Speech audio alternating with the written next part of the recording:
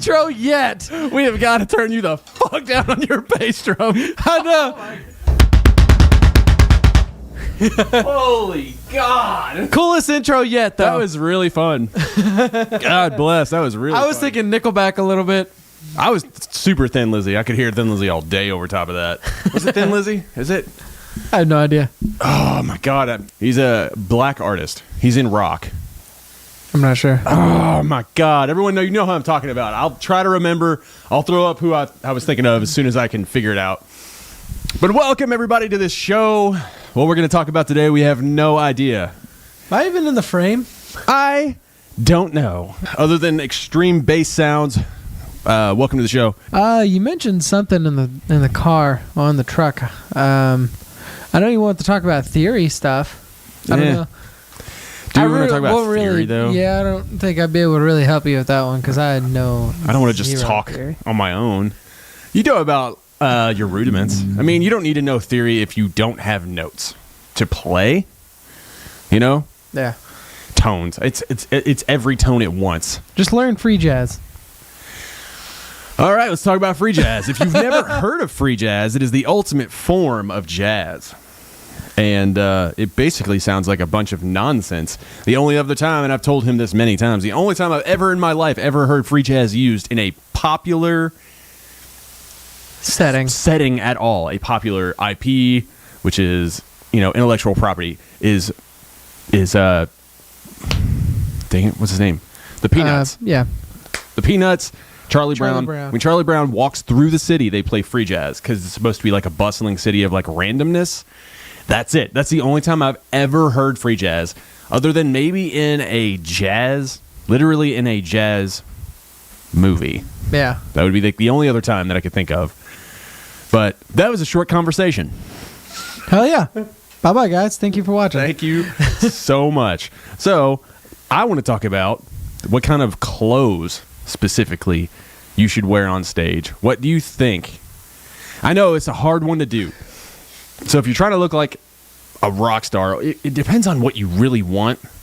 But, I think people don't understand how important clothes are when it comes to stage presence. Yeah. With the bigger acts, whenever you do like 4 or 5 outfit changes during a show. That's huge acts, though. Like when you got people that manage your clothes. Yeah. You're making money. Yeah.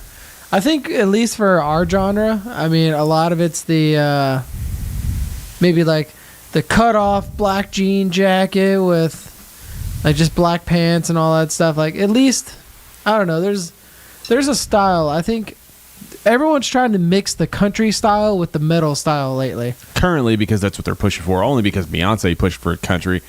Even Cat Williams, I think, as crazy as he is right now, Cat Williams even pushed the fact, I don't know if it was Cat Williams exactly. I might be making that up. Someone said recently that it's amazing how much they pushed country this year. More than anything. Which, by the way, just thinking of country stuff, Morgan Wallen's album that he had to put out for the record company that he's with was just apparently, and I don't listen to country, apparently it was bad. Like, people did not like it. Yeah, I mean, you got, 30-something songs you have to put out. Like, you have to put out these songs in an album. You have to. Doesn't have to be good. And it's Morgan Wallen. If he doesn't want to be with you, at this point in his career, he can release anything. He can release whatever he wants. So he released something to get out of a contract. He's like, it's going to be a crap CD. It's going to be crap. Here it is. You wanted it. You want it that bad. Here it is. And it's going to sell. It's going to make the money no matter what. But apparently it is really bad. It's probably something that he will never, ever play. Like, if you go to the rights to those songs, I really wonder if he was a part of even half of those songs. I don't know. I really don't know. You could probably look it up on Spotify, since it has all the information that... Spotify is great because it has all the information the artists want to know. Amazon, I love that. Not Amazon. Amazon Music. I don't know if Amazon Music does. I really have never used it. You want to know one thing that I wish, I guess there was like a little bit more like popularized? Like, I want to know when this started happening. So, like, if you look back at older songs and stuff like that, you look at the rights, it's always the band name. Like, you go to an album, it'd be like Songwrites, band name, this record label. And now these days, there's literally not one single that is, like, released that is just band name. No. It's all their members are individually like written out. Like, I guess they had to figure that out because I assume back then when it was the band that wrote it, it was probably in their contracts that they signed personally. yeah. And they probably still sign contracts and everything like that. But the difference is that if it's just the band making the song, right, and it says the band makes the song, if you kick that person out, he no longer gets royalties, and the new person does. See, and I think that a lot of people like used it to basically save their ass. And that has now transitioned to people being full-time producers, just making songs for people because that's all they got to do. Oh, my God. Andrew Bayless. Andrew Bayless. Yeah. Like, you just write songs for people. It's like you don't have to perform. You don't have to do anything. And you're always going to have that stream revenue Always, coming. yeah. And it's you own part of it. You Yeah. own a portion of it, which is crazy. I mean, that's awesome that you do get to own a portion of it. It's just that now writing music for people has become more lucrative than it must have ever. Yeah. I mean, it has to be at this point because it's like, it's no longer the band that owns it. It's you that owns it, that wrote it with the band. And then not only that, they have a performed by tab now. So now it's like, okay, now we have the correct. I feel like they have almost everything covered.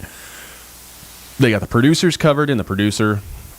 They have the artist covered that actually wrote the song, and the producers can be part of that. Tyler Smith. Yeah. He writes a ton of the modern stuff. I Prevail, Falling in Reverse. He writes tons of stuff. But I think it's because he has such a good sound, and he probably has really good ways of making things sound amazing. Mm-hmm. But now it has a performed by such and such because Jason Richardson wrote that. What's that one song that they got super big off of? Their super insane song, Luke Holland and Jason Richardson. I think it was their first collab. I don't remember. It's the one that has jazz in it. It has country in it. It has the big one. I'm going to look it up. I think I know what you're talking about. Hose Down. Hose Down. Yeah. That's it. Jason Richardson has all the rights to that. Yeah. Luke Holland actually doesn't, I think. Well, because I'm pretty sure it says performed by Jason Richardson and Luke Holland. I think Jason Richardson made everything himself. I'm sure he did. As far as mixing, I wonder if he produced it himself. He might have. He's a gearhead. Yeah, he's pretty good. I've heard he is a gearhead big time. Like, he loves gear. But yeah, I think the whole issue with that for me personally is it's like you don't know who's actually a good band or not anymore. Because like you're just like you go like think of the things like the bands that had people only write their songs for them. Like if they didn't have that opportunity for that to happen, where would they be if they had to write their own songs? And they'd probably be in trash if they're. I mean, yes, but yes and no. I think what happens is, which it depends. We've talked to Paul. Do you remember talking to Paul? Yeah. I think he might be Indian. Yeah, at Blake's. Yes. Well, he was from Georgia, and then he moved to Nashville. And he said that he wrote 60 songs, 50, 60 songs for one artist. And the guy picked 6 songs. Yeah. And of those 6 songs, he got paid like $500,000. Which is like, oh my God. But he also, because he wrote those 60 songs, he also can't use those, 44 other songs? Yeah. Let's say 50 songs. 44 other songs. He can't use them for 5 years. Yeah, that's nuts. And, Chris Stapleton also wrote, he said that, like, there was an interview with Joe Rogan with him, if you've ever watched it. No. Chris Stapleton is, like, incredible. He's the only country music artist where I'm like, I genuinely respect him because he is damn good. His voice is awesome, and his songs are not extremely typical, right? He's apparently been writing in Nashville for years. I think he lived in Lexington, and he wrote in Nashville for years. Yeah. His first 2 years, something happened. They give you 2 years to try to make a first hit, right? Or they'll just kick you out of it. Yeah. And I don't really know how you go to. Okay. I heard some squeaking over there. Yeah, the pedals. But he said in his interview, he's written 1,000+ songs himself. And apparently he was very well known amongst all country artists. God, imagine writing that many songs. Like over the career of like my playing, I mean, obviously I'm a drummer, so I'm not like writing full songs by myself like some people are. Mm-hmm. But I would be at like 30 songs right now.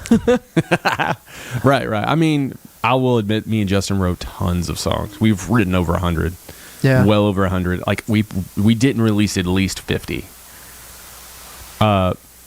And I can understand how it happens. Kind of, you just get kind of lost in it, and you just keep going and keep going and keep going. But that is a ton of music. That is so much music. But that's just like that's what a writer does. That's what they better do. That's all they have to do all day long. Yeah. They don't make a lot of money too. They make very, very little. But as soon as they get that one song that hits, good to go. Changes. Who's the guy you did photos for? Nico Moon. Nico Moon. Yeah, you did production for him. Yeah, that dude. He's doing pretty well right now. I think he is an independent artist too, so he's independent? Yeah. How is he independent? He has no label? I don't think so, no. He might have distribution, but I don't think he has a label, no. Does he have who's his manager? I don't remember. Is it a management? I mean, he has to have a manager or a management. I'm sure he company. has a management. Yeah, because like he always posts all the time about like oh, they said as an independent artist I can't do this, and shows people wrong and stuff like that. Right. So he's been posting about being an independent artist. He may have been signed like previous, getting up to where he is, but I think he went independent after all that. But even going independent, he's still getting more streams than ever. He's got 100% of the rights. He's got the masters. He owns it. Yeah. Unless someone copyrights it before he makes it, which would be terrible. Yeah, I would think someone like that at that level would get that done quickly. done before. Right. If he's getting paid pretty well. Oh, my headset just died. Oh. Everything's dead now. I might be out of tune, but I can't tell. I don't know. Do it again. I don't think so. Ooh, a little bit.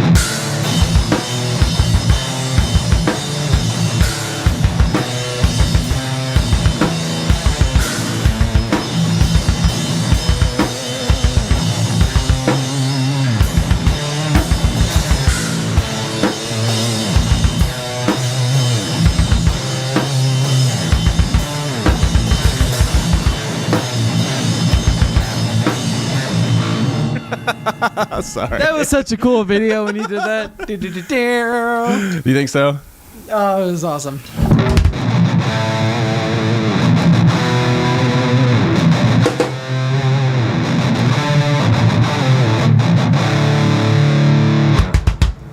Sorry, I slowed down, and also I gave it a power chord instead of an octave. Perfect fourth power chord. I wouldn't know. Perfect fourth. It's just... That's it. Anyways. We got to start talking about stuff. What do you want to talk about? No, we're talking about distributions and stuff like that. Talking about Morgan Wallen specifically today. Morgan Wallen, great guy. Maybe. I don't really know him. Me neither. I got to be side stage on a show. I will say, amongst all the artists right now, as far as like amongst the country artists right now, as far as country goes, I think that Hardy is the best. I mean, as far as country goes, I think Chris Stapleton's the best. Hardy for me, because I can actually country. get in. It's the more of the rock part. Like, I just can't do. It's like pure a country. Nickelback country. It's yeah, I'd say so. More country, but has the Nickelback flair. Yeah. It's funny that Nickelback covered one of his songs with him. Oh, really? I didn't know You've that. seen that, yeah. And then you got like Kid Rock, who went country. He did go country a minute. I mean, he evolved. He is an older artist now, right? He's been dropped by his label. He was with Atlantic Records, or maybe Roadrunner. I think Atlantic. I have no Pretty idea. sure he was with Atlantic Records. And Knox got signed to Atlantic Records, which I am like, wow. He got signed to one of the biggest labels in the world. He's co-workers with Ed Sheeran. Wow, that's crazy. Yep. If you think, because I mean, they're kind of the same vibe, and they both, I guess, are kind of look the same in a way. Yeah, they were like, if Ed Sheeran wasn't famous, Knox wouldn't be. Yeah. But I got to admit, Knox writes great songs. He writes good songs. I'm like, He's got a good team. I haven't actually seen the, like, Dom is actually on some of his writing stuff. what? Really? Yeah. Like what? What's I don't want to know. Like, I don't want to know. I don't wanna know. Yeah. I don't want to know. Dom has rights on that song. What did he do? I'm not sure. But he has rights on that song. That's awesome. That's such a cool song. I think he's got rights on a few of them. The Sneakers song is his biggest song by far. Yeah. But not the 1975 is probably getting up there. Oh yeah, Number 19 not the 1975. Look up Knox. He's great. If you don't know him, you probably do by now. Dude is small. When I met the guy, small guy. He is good though. I love his music. I do like him a lot. He's at 1.2 million now. That's actually down. He was at like 2 or 3 million. Actually, let me find the one. Let me find the one. Let me find the one. Let me find the one. Anyway, yeah, Knox is super cool guy. Very small. He played with Bill Murray. And he opened for them on a tour. It was incredible. I don't want to know. Dominic Forsora. That's awesome. The guy that I play in Letdown with, the guitarist. You got to ask Dom what he did. Text him. So we get some resolution on this. Just I should because. just call him and be like, hey, tell us your story about writing them. All right, let's do that. You want to do that? Let's do that. We got an incoming call from Dom. Oh, shit. I'll FaceTime him. Into the mic.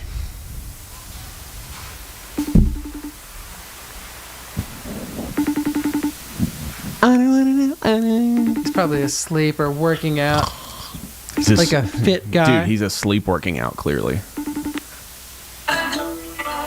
There he is. What's up? So, my friend Dylan and I were in the middle of doing a little podcast Hey, buddy. thing. Good to see you again. We're in the middle of doing a little podcast thing. Oh, sweet. And for some reason, somehow we got to talking about Knox, and I was like, oh, Dom's got some rights on I Don't Want to Know. And Oh, yeah. I wanted to hear, like, exactly what you You did. got to do in there. Yeah, man. So, I got to help with I Don't Want to Know. I helped with, really what I helped a lot with was the second verse. Knox and I were both going through a breakup at the time. And my ex was starting to see someone that looked kind of like an off-brand version of me. We were very similar looking, but there was just something a little off. So the whole second verse is about walking around with your new man, looking like me on off-brand, not trying to discount the man, whatever you find great value in. So it's like all just puns based off of him looking like an off-brand me. And that was myself and Zach Smith and Ben Becker thought of all that. That was super sweet. I also got to help a little bit with some of the production and that post-chorus hook, that that was myself and Cam Becker. So yeah, we got to help out with that, and got it. I didn't expect it to get where it got, but yeah, I'm super stoked to be a part of that song. That's awesome. It's funny because I like heard and found that song before even knowing you. So it was funny to like just look through the rights of stuff one day, and I was just like, okay, that's fucking cool. Whoa, Dom's on this song. Boy, that's awesome, man. What podcast are you guys doing? We got one where we just kind of started talking about music, and we're actually like we have the whole drum set mic'd up and everything. So like if we want to start, Yeah. yeah. So like just pretty much on podcast and like talking about shit. They got our cameras over there, lights. So we're just talking about random shit musically. And the cool thing is that technically you're our first guest. Yeah, technically our first guest. The first person who's not us on here. Let's go. I hope I didn't say anything stupid. No. No, you're good. We wanted to know about Knox. We were really curious about it because I met the guy, and the dude is like he just got assigned to Atlantic Records last year. Yeah, dude, he's a brand new artist, and he's like, he got a song on the radio in top 40. He is, he's killing. He's on the come up. I swear to God, I think he's going to be next Ed Sheeran. Woo! I do too, honestly. I mean, they have to replace him eventually. He's going to get old. And the kid's on the same label. He's already got the red hair. Dude, he's small. I was surprised at how little the guy was. But he's tall, though, man. Like, he's really tall. I think he's taller than I am. That's crazy. Every time I see him, I'm shocked by how tall he is. Dude, he is so good. He is so good at making like Instagram content. Holy crap. Dude, Yeah. he's a wizard at that. I admire it. I don't have the patience for it. I wish I had half of it. Dude, he's just like, have to make something. Let's do a cover this time. And then let's do this and this and this. I swear, he's a Unreal. genius. Man knows how to work that algorithm real well. Yeah. All right, bud. Well, Yeah. we'll let you go. It was great talking to you. We just really wanted to know about Knox. Dude, absolutely. I hope I can facilitate some information. Maybe I can get Cam to talk to you guys about him next time, because, I mean, Cam's the brains behind all that stuff. He does all the production stuff. Oh, yeah? But you guys all wrote it. Yeah. We all wrote that one about a year and a half ago, Yeah, maybe a almost little 2 bit. years now, before I moved to Nashville. Yeah. Hell yeah, man. Sick. Well, I'll see you in the morning, buddy. All right. With context, who is that? The guy that I play in Letdown with, the guitarist, Dom. He is a great guitarist. He has guitar and looks And he's a vocalist. and vocals. Guitar, looks, vocals. He does know how to play guitar. Hair. He is a awesome dude. Love him. Hilarious guy. We shot an Office episode with him. Incredible actor. God, yeah. Dude, he was good. I'm not gonna lie. I think he was better than me. I kept getting too nervous. Yeah. But he was on it. Yeah. But yeah, Knox is killing it right now. As far as anyone else, do you have any updates on anybody? No. Anybody that you want to talk to particularly? Anybody that I want to talk to? Yeah, sure. Like, if you wanted to, anything that you want to talk about, like, have you seen anything on the music industry lately?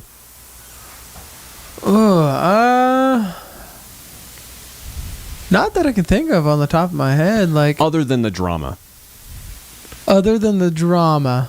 Well, you know, you know what drama's happening right now. yeah. Friends apparently making mistakes. I'm assuming friends making big mistakes, like career-ending mistakes. Yeah. I don't know what that's about yet, but we're not going to get into that one. Not at all. But no, I mean, tomorrow, I got a technical music video shoot for Letdown. I know. I'm really wondering who's going to have his camera operator. What does he think is going to happen? I don't know if he plans on doing it like single shots of everyone, or I really don't know. He just told me to bring my drum set. And I was originally supposed to film a visualizer for him, and he's like, okay, yeah, you work the camera. But now he wants me to be in the video, so unless he can get someone else to work the camera, I have no idea what's You happening. just do the Crow Queen thing. Yeah. One really, at a time. we could, yeah. Really, I'm the one who should be hired, but I have to work. Yeah. I mean, I would, if I really had the day off, I'd go down there and be like, hey, man, let's shoot this thing. Let's do something that's like a really great visualizer. Visualizer. Yeah. Visualizer / music video. Yeah. Just be like, okay, yeah, we shot this, and it was fun. It's a sick song, though, so I'm excited for it anyway, because Raincoat is a good song, and it's called Raincoat. For the people that don't know. We played it one time. You played it? Yeah. Oh, did you play it at the... Played it in L.A., yeah. Yeah, you played it at the big... Oh, yeah, tell people about that. So there's things that happen that we don't know about because we're fucking plebs. So, apparently, in this big, loud rock world where people have money, they just fly us to L.A. every year to play a show for radio people. I guess all of Big Loud Rock is there. Like people that fly from Nashville go into the show in LA, and I mean they put a lot of money into it. They fly everyone there. They have open bar. They have gift bags with things that are legal in that state. Right. Gift bags or mountains. Yeah. But I don't know. I will say, I guess playing in Letdown is cool based on like, I've never had a job where it's like, hey, fly here. We'll pay for it. Don't worry about it. Hey. Yeah, they literally just pay for your... Here's your plane ticket. Go there. God, and they're just spending so much money on you. But yeah, those LA there. shows are pretty awesome. To me, yeah, go ahead, sorry. Oh, sorry. I was going to say those LA shows are pretty awesome because we play at a venue that's literally 50 steps away from Venice Beach. Like, you walk outside the door and you look to the right and you see the beach. And it's awesome. That is crazy. The time that we went, is it St. Patrick's Day today? No. I don't think so. Anyway, when we went last year, we went to LA last year and we found a hostel that was $50 a night, which is so cheap to be on Venice Beach. And of course, there's a lot of people that are really against hostels. I am not. It's actually a very awesome social thing. And it's just, I think for us, it's more of a, man, $50 a night or $250 a night. Yeah. And I'm just like, no, 50. Like, I don't care if I've got to sit in the room with someone. I got a locker. I can lock my stuff up. I'm trying to be outside. I don't plan on being in this room. But I don't plan on being in this room at all.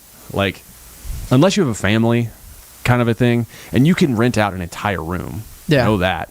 Which, I don't even know how much that would cost. It would probably cost just as much as a hotel. We did that a few times in Europe with Letdown. You hosteled it? Yeah, we hosteled it, but like there would be 3 or 4 beds to a room, and it would just be like 4 of us. Like we would rent out like full hostel rooms. Oh, that's awesome. I don't know why. I understand why women are against it. Some are, a lot of them are, because they just don't feel like they have privacy. They feel like they're going to get murdered at any point. I don't know why. I do know why people feel like that, but we met plenty of girls that were at hostels in New York and in LA. There's plenty of people. Like, and there are all these people though, all of the girls that we met were not from America. Not a single one of them were from America. Yeah. They were all like Italian. They don't know what they got themselves into going to the US. I guess so. Like apparently hostels are more common. I guess it's more accepted. It's like it's a cheap place to live or for the night. Yeah. You know? So I think they should be more accepted, definitely. I mean, there's crash pads for like people that work. I mean, obviously, your fiance knows that now. Every hostel that we've ever been to has been pretty cool. It's been so nice. Like we haven't been to one that's like just trash. The one that we went to in LA, that was literally just like 1 block away from the beach. Yeah. Like you exit the hostel, take a right, and you're you at see the beach. Yeah, you're next to Venice. It's awesome. Yeah, you're like right at the Santa Monica Pier. And then the one that we did in New York, it's like they had an upstairs roof area, so you're like the east side of Manhattan, and there's a train right across the river. I believe that's Queens. Yeah, I believe it might be. Long I think it is. It might be Long Queens. Island. I don't know. I'm pretty sure. I think it is Queens, but like you just literally go, like you get on the train, cross over or under the water, and you just pop up. Like you're 1 street away. You walk over to this hostel and like you get your room, all that stuff. You go up to the roof, and you just see everything at the city glowing. Oh, I forgot about that. Yes, that the was local. so cool. What was it? The local 802. I think so. The local something. Yeah. It was the local 3-digit number, whatever the 3-digit number is for there. But that, dude, it was so cool. I did not expect it. You could just sleep up there and just be like, it's beautiful. Like it was so peaceful. It was very nice. People were very nice. The rooms, I mean, it was the most. Was it the most people we had in one room, or was it 4? The one in LA was like we had 8. Yeah, we had 8 in the one in LA, which I don't think there was 8 people in there at one time. I think there was when we slept. And then When I got fucked up, I think there was 8 people in there. dude, or the one in New York, whenever we just walked in and the dude's like showering in the sink or some shit like that. And like he had like 2 or 3 massive bags. Like he looked like he was living there. He might have been. He's like, hey, another nice guy. In New York, there's a law where you can't live past like 11 days, otherwise it's a residence. Yeah. So like, oh yeah, there was one guy that we met in New York who was an elevator. He was an elevator mechanic. Do you remember him? Were No. you there for that? I have no idea. No. Okay, so I went a different time. I went a different time. We went in, got our hostel at the Giorgio Hotel in I believe Queens. Just look up the Giorgio Hotel in New York, and you'll go to where we were. And I went up there, met everybody in the room, kind of just like, hey, what's up? We're here for this. And you kind of just be nice. You don't have to talk. Some people are impatient because they're just like, I'm literally just here to sleep. I don't even want to make friends. Yeah. Which is bizarre to me. I feel like you're kind of forced into talking to someone there. But you don't have to. I've met quite a few people who would literally just almost not acknowledge your existence. Yeah. And then it's like, all right, fine. You don't want to talk. You just pick up on social cues. But I met this guy, nice black dude. He'd been living in New York his whole life, and I think he got kicked out. He was an elevator mechanic in New York City. Bank. So he was living in a hostel, not bank. He's going up to like, hundreds of stories and looking down a hole and being like, oh my God, I have to fix this thing and like scaffold down here. Terrifying shit. How would you not be making bank? There's elevators. Because that's all companies try to do. There's 100 elevators just on one city block. Right, but like let's say an elevator mechanic is not really like it's a skilled trade, but it's not a certified trade, right? Mm-hmm. So people can get into it and make a lot of money. They can make $70,000 a year, which is a lot of money, but it's not a lot of money in New York. Yeah. And if you're not working a lot, it is what it is. Like you just can't. I don't know if you can survive off $70,000 unless you have a really small place. Yeah, which even really small places, there's studios that are $1,800. Right. It was very interesting, but there's so much music in that city. We didn't really go see much music stuff. We just kind of saw the attractions.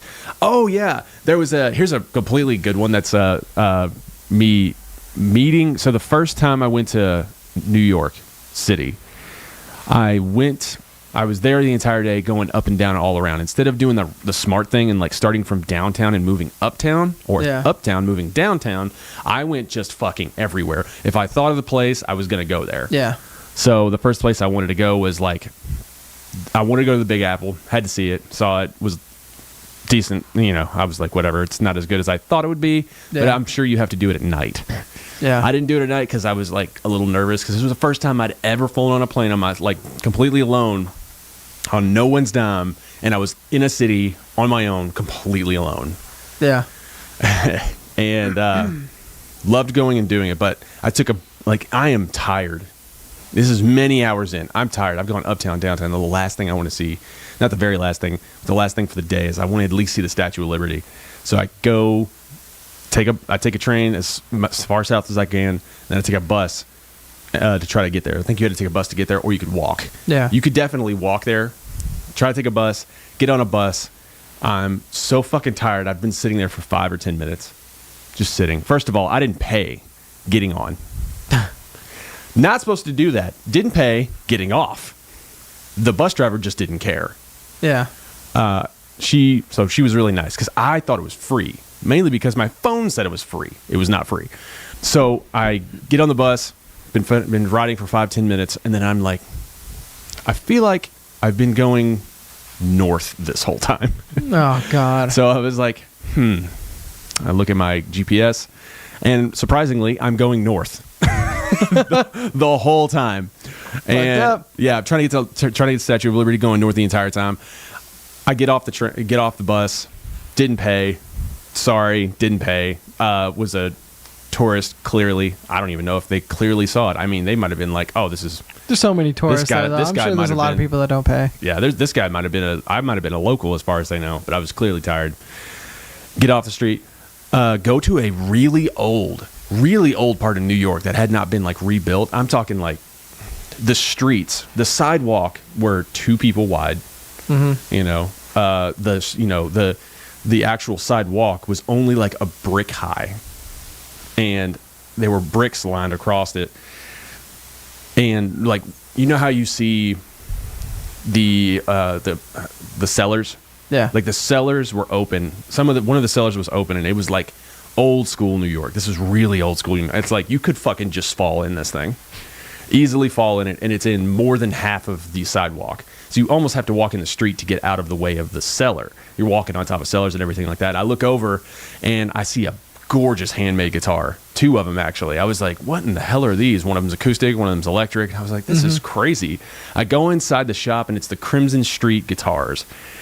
And surprisingly, it's on Crimson Street. So I was on Crimson Street. And Crimson Street Guitars has the maker of Kelly Guitars. Never heard of him. Michael Kelly Guitars, I think. The owner, I met the owner and his apprentice, and they had thousands of guitars in this place, all completely handmade. Damn. It's like that's all they do all day long is they just make guitars. And the girl who was the apprentice is an amazing artist. So she's not only making guitars, she's making gorgeous art on all these guitars, you know? Like that's her job, and she's really good at it. But I go to meet the guy.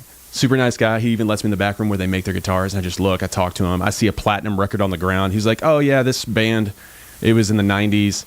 I don't know if it was Smashing Pumpkins or like, it was someone of like the Sublime sound. Yeah.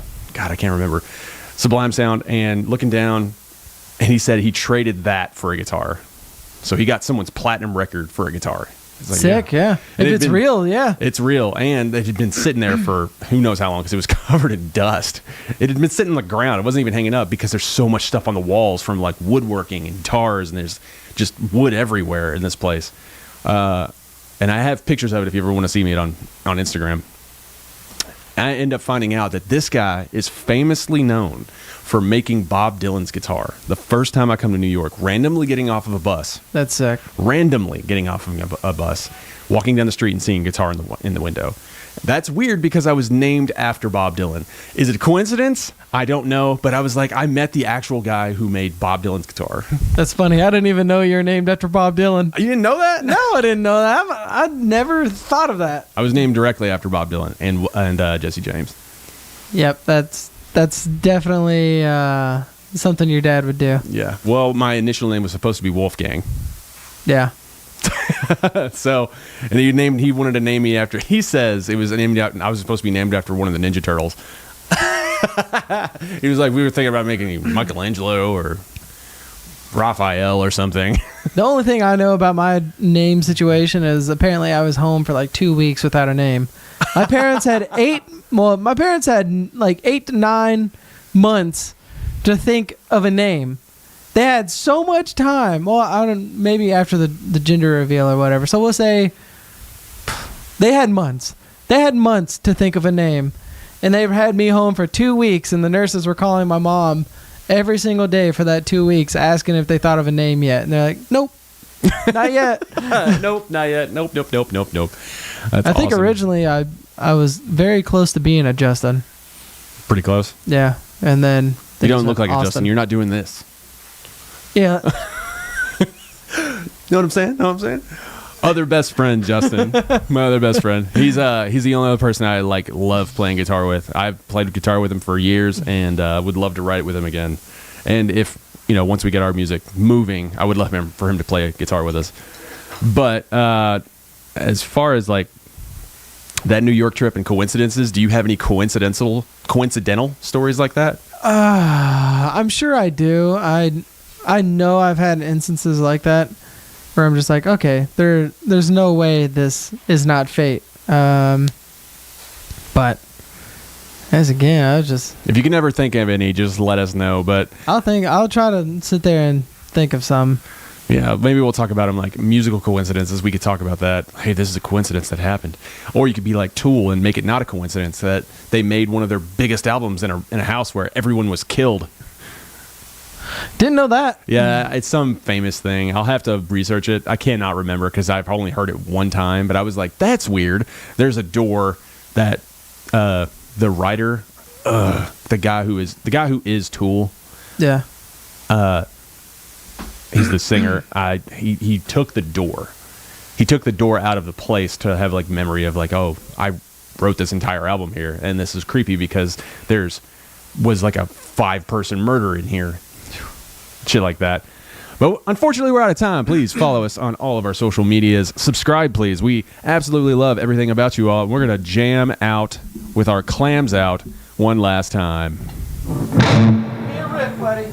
All right, I'll give you the stiff. Let's play some more of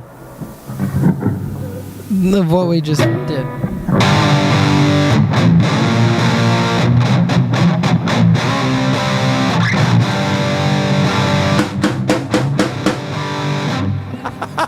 Why did you make it at 6? 1, 2, 3, 4, 5, 6. I was in 4. I was clearly in 4. It didn't feel right only doing 4.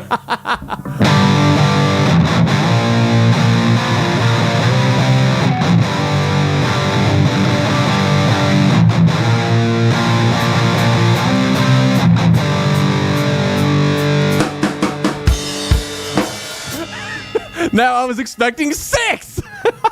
I got